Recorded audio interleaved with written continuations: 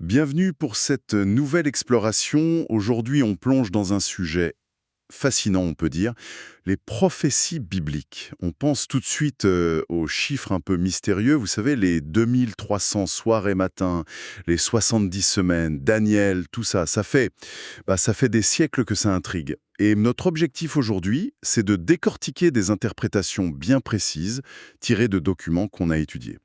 On va se focaliser sur Daniel 8, les 2300 soirs et matins, et surtout comment l'analyse les relie à la dernière semaine de Daniel 9. Ok, alors, allons-y. Oui, tout à fait.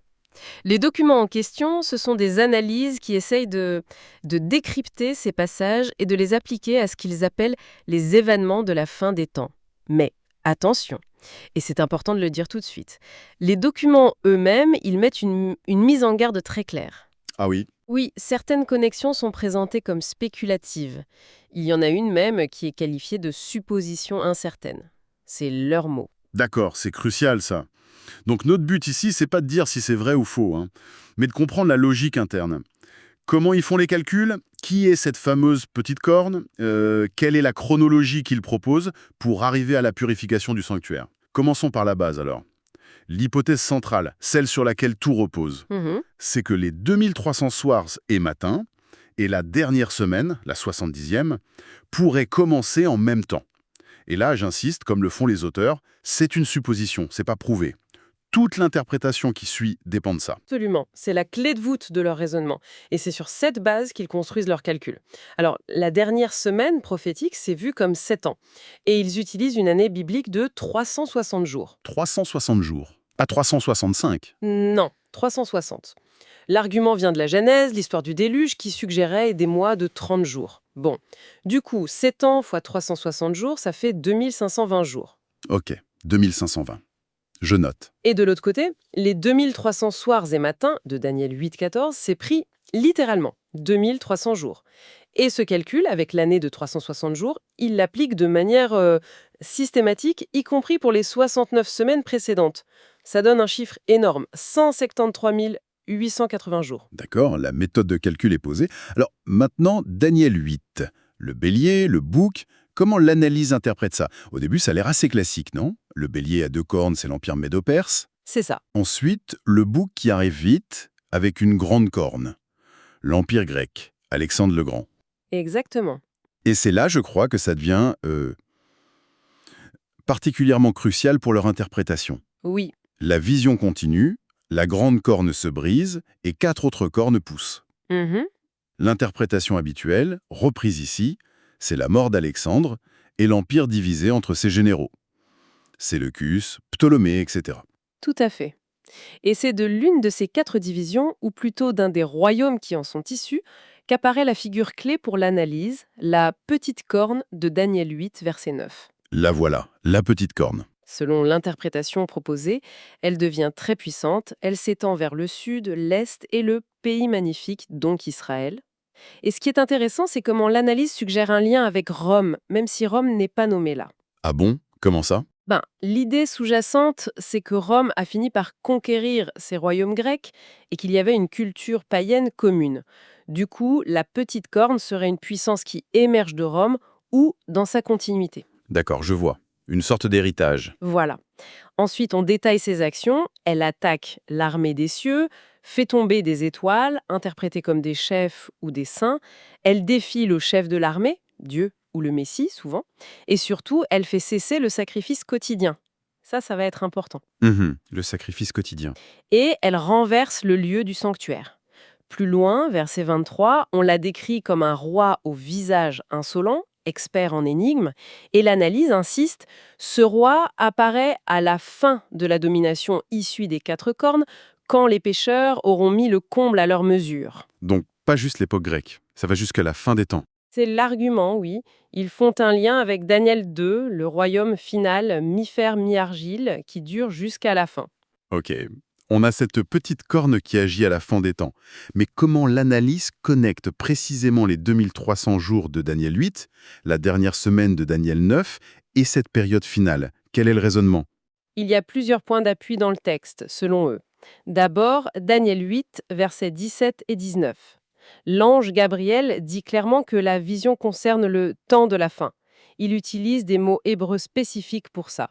Le temps de la fin. Ok. Ensuite, Daniel 8, versets 13 et 14. La profanation dure 2300 jours, après quoi le sanctuaire sera purifié. Et le point clé ici, c'est l'abolition du sacrifice par la petite corne. D'accord. Et le lien avec Daniel 9. C'est là qu'intervient Daniel 9. Le verset 24 parle des 70 semaines pour, entre autres, mettre fin au péché. Puis le verset 27 décrit un personnage qui, pendant la dernière semaine, les 7 dernières années, va confirmer une alliance, mais aussi faire cesser le sacrifice et l'offrande. Ah, voilà le point commun. La cessation du sacrifice. Exactement. C'est le pivot de leur raisonnement, puisque les deux prophéties parlent de cessation du sacrifice et sont situées au temps de la fin. L'hypothèse, c'est qu'elles pourraient se passer en même temps ou commencer en même temps. Et comme 69 semaines sont vues comme accomplies jusqu'au Christ, il ne resterait que la 70e. Ce qui rendrait tout ça très actuel. Ils visent même 2025 apparemment. Bon, alors, qui est cette petite corne concrètement pour eux? L'identification devient très précise là. Ils reprennent Daniel 8, 23-24, roi dur, puissant, mais non par sa propre force, qui détruit beaucoup, réussit, s'en prend aux puissants et au peuple des saints. Mhm. Et là, l'analyse pose une équation assez audacieuse, on peut dire. Oui, Petite corne égale ce roi égale Babylone la prostituée de l'Apocalypse. C'est ça. c'est exactement ça. Pour justifier, il cite Apocalypse 17, la prostituée sur la bête. L'idée, c'est qu'elle contrôle, mais par un pouvoir délégué, ce qui rappellerait le non par sa propre force de Daniel. C'est une superposition d'images assez forte. Oui, et ça continue. Cette figure composite est ensuite liée au 8e roi d'Apocalypse 17-11 et l'identification finale très très précise, et ça vient vraiment des auteurs de ces notes, c'est Super Babylone, papauté romaine.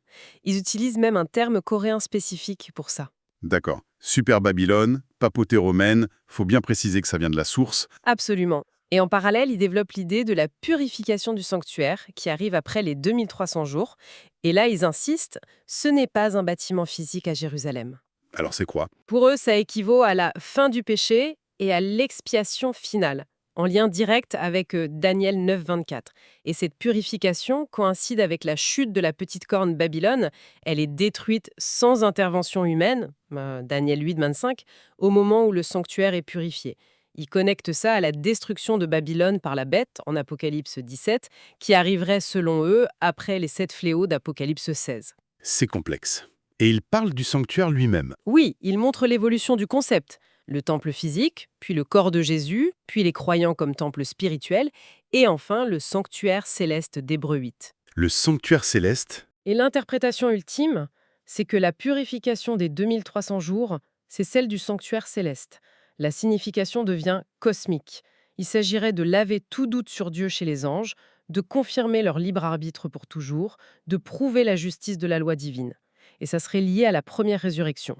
Waouh, d'accord. C'est vaste comme perspective. Alors, revenons à l'hypothèse de départ. Les 2300 jours commencent avec la dernière semaine de 2520 jours. Quelle chronologie ça donne pour la fin des temps, selon eux?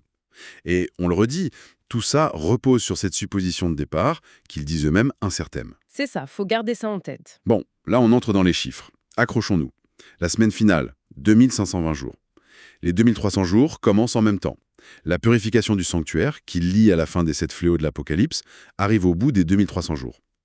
Donc si on soustrait 2520 moins 2300, ça fait 220 jours. C'est ça? C'est le calcul proposé, oui. L'interprétation, c'est que les 7 fléaux finissent 220 jours avant la fin de la semaine de 7 ans. Et ces 220 jours restants, c'est pourquoi alors? Pour d'autres événements de la fin, la destruction finale de Babylone, le jugement de la bête, l'enchaînement de Satan, et ensuite, ils essayent d'intégrer Daniel 12 avec les 1290 et 1335 jours. Ah oui, ces chiffres-là aussi. L'interprétation donnée, c'est que la bénédiction des 1335 jours, heureux celui qui attendra, correspondra à la première résurrection, l'enlèvement des saints. D'accord. Donc ça découpe la dernière semaine. Oui, ça la structurerait comme ça. D'abord, règne de la bête, grande tribulation, jusqu'au 1335e jour. Ensuite, les 7 fléaux. La durée est calculée, 2520 total, moins 1335 avant, moins 220 après, égale 965 jours de fléau. 965 jours. Et enfin, les 220 jours finaux. Si on additionne 133 à 5, plus 965, plus 220, on retombe bien sur 2520. Le compte y est, dans leur logique. Mais alors, Matthieu 24 dit que les jours de la tribulation seront abrégés pour les élus. Comment ça colle avec un calcul aussi précis? Une bonne question. L'explication qu'ils avancent, c'est que les élus sont épargnés spécifiquement des 7 fléaux. Ces fléaux, c'est vu comme la colère directe de Dieu sur les méchants. En étant enlevés au 1335e jour, les saints ne subiraient pas ces 965 jours de fléaux. Donc leur temps de tribulation à eux serait abrégé. Ah, d'accord. Ils échappent à la dernière partie, en quelque sorte. C'est l'idée.